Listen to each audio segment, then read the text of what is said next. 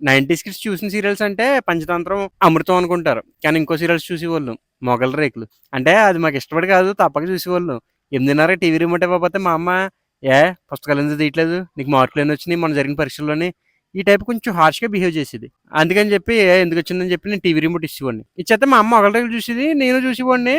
అలా 4 రోజులు చూస్తే అలవాటైపోయింది. పాట కూడా బావుంటది. విరిసే విరిసే మొగలి రేకులు విరిసే. కొన్ని రోజులు పోయిన తర్వాత ఒకవేళ మా అమ్మ రేపు పొద్దున్న ఇడ్లీ వేయడానికి ఏ పిండో ఆడుతుందనుకో, పనిలో ఉందనుకో, నేను చూసి సీరియల్‌లో ఏమైందో చెప్పేవాడిని స్టోరీ. అమ్మ ఇలాగ ఆర్‌కే నాయుడు ఇలా చేసాడు, పోలీసోళ్ళు ఇలా చేశారు, ఇంద్ర నాకు మామూలుగానే సీరియల్ అంటే చిరాకు. అదంటిది నేను చూసి చెప్పేవాడిననమాట. ఇలా అయిందని. అలవాటైపోతే అలా ఉంటది. ఏదన్నా మంచన్నా, చెడన్నా 4 రోజులు చేస్తే అలవాటైపోద్ది. కొత్తగా 10th ఇంటర్ జాయిన్ అయిన పిల్లలు అయ్య బాబోయ్! ఫిజిక్స్ షీట్ ఎలా ఉంది, కెమిస్ట్రీ షీట్ ఎలా ఉంది, అవి కొంచెం బెంబేలెత్తుతారు. పీరియడ్ టేబుల్ అడుగుతున్నారు అది ఇది అని. ఏముండదు. 10 రోజులు పాఠం వింటే అర్థమైపోతాను నేను. ఆ తర్వాత జూనియర్స్‌కి ఆళ్ళే చెప్తారు. ఏముండదు ఫిజిక్స్, కెమిస్ట్రీ పీరియడ్ టేబుల్ గడనే 4 ఇంపార్టెంట్ క్వెషన్స్ చదివారంటే అయ్యే వస్తాయి. అర్థమైపోతాయి పెద్ద ఏముండదని. కొత్తగా జాబ్‌లో జాయిన్ అయిన కుర్రోడన్నా, జాబ్ మనిషి కొత్తగా వ్యాపారం పెట్టినోడన్నా, ఎవడన్నా ఫస్ట్ 4 రోజులు కంగారు కొంచెం బెంబేలెత్తుతాం. ఎందుకంటే అలవాటు లేక. 4 రోజులు అలవాటయిందనుకో తర్వాత అన్ని మనకు అనుకూలంగానే జరుగుతాయి. ఆ 4 రోజులు ఆగాలి అలవాటయ్యేదాకా. ఆ తర్వాత అంతా మనకు అనుకూలంగానే జరుగుతది. అంతా మంచిగా జరుగుతది.